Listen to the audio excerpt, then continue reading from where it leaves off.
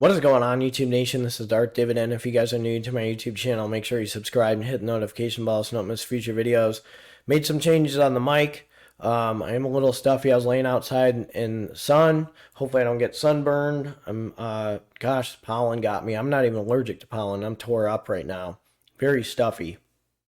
But I really want to discuss to you guys my QYLD, XYLD, and RYLD combination strategy that I have. I have a long-term goal of earning $1,000 to $3,000 a month on my monthly dividends and about $2,000 to $4,000 a month on my quarterly dividends. And I really think that these three covered call ETFs can really do some damage. One, into buying quarterly dividend stocks, and two, these quarterly dividend stocks buying these three stocks. So let's check this out right now. So here's my M1 Finance dividend portfolio, which I refer to as the Death Star. I earned $689.08 in dividends. Again, my goal is to get to $100,000 with my dividend portfolio. I was just in a group chat with a few people, Matt Money, Hidden Freedom Investing, and JMac Investing. And we were just discussing, some people were asking us about, investing and this and that. And I told people, don't put all your eggs in one basket. And what I mean by that is, with my rich uncle's dividend portfolio, there was so much potential. I mean, the net asset value was going to be from like $5 to potentially like $10, and the dividends would have been up. I would have made possibly $200 in passive income, which would be reinvested over time with the student housing rate. Well, guess what? It went kaput. So it's done. The rate's done. Okay, there's no such thing as a BRICS rate anymore. So I'm expecting to get some money from that, from the BRICS rate at the end of the year, which I'm going to throw back in my M1 Finance dividend portfolio. But the most important thing are these monthly dividends, quarterly dividends buying each other. So if you look at my recent activity, I got some dividends from LTC and WestRock, Enbridge, First Energy, and I threw in, $75 a week usually. But look what happened.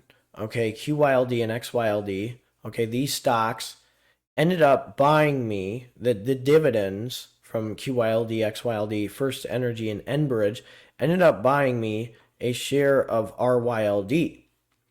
So, and Pfizer gave me a $9.27 dividend. Okay, I earned that.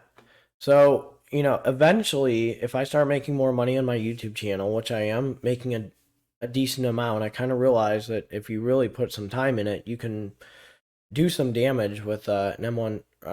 With your M1 Finance dividend portfolio, as well as earn passive income on YouTube, which I plan on throwing back in the Death Star and earn this compound interest. Because it's really fun doing these videos. I want to show you guys the journey. I love doing stock and dividend analysis videos. And by the way, if you sign up, if I mentioned this before, you get $30 and I get $30 if you sign up to M1 Finance with my affiliate link, which I'll put in the comment section.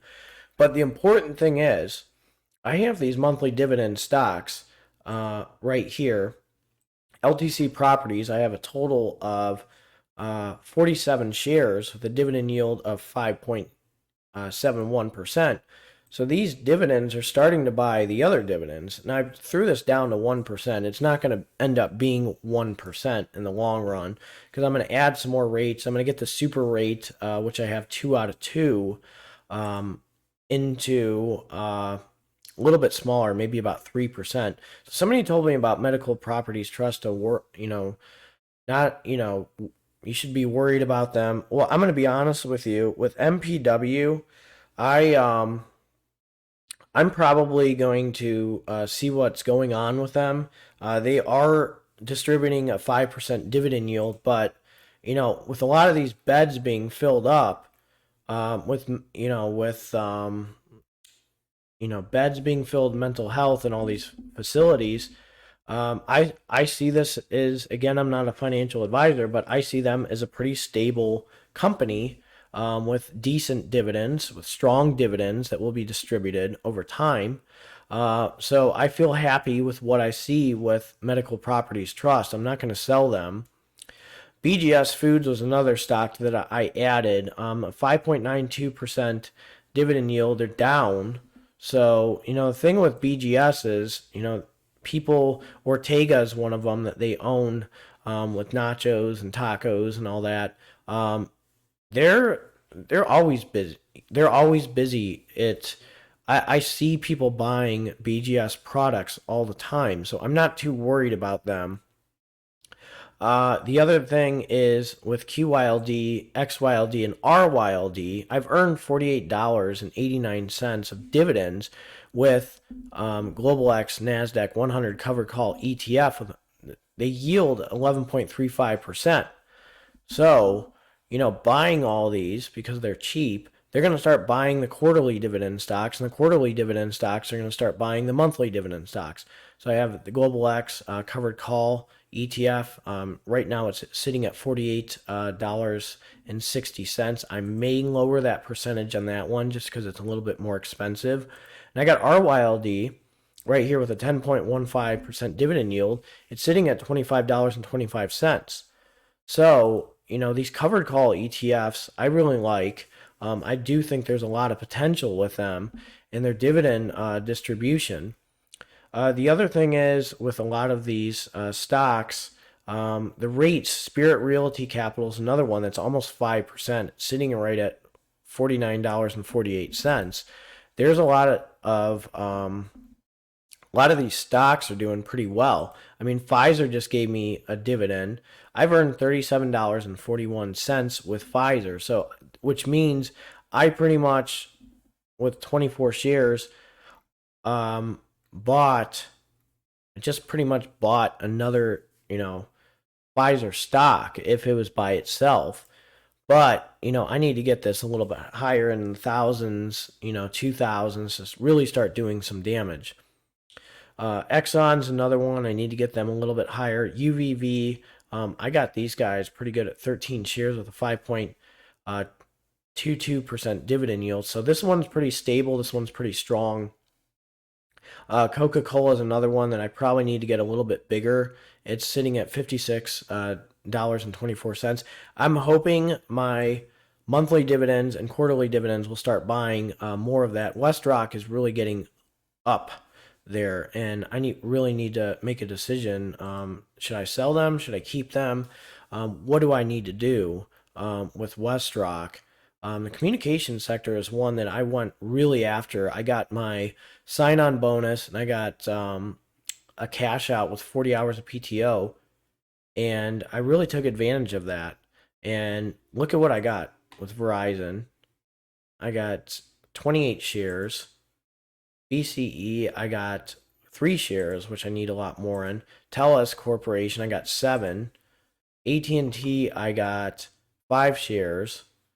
And Lumen Technologies, I got 4 shares.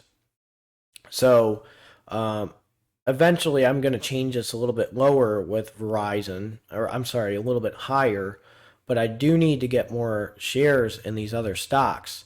So that's kind of the long-term goal, is to at least get to 50 in all of these, and that's when I start doing the damage.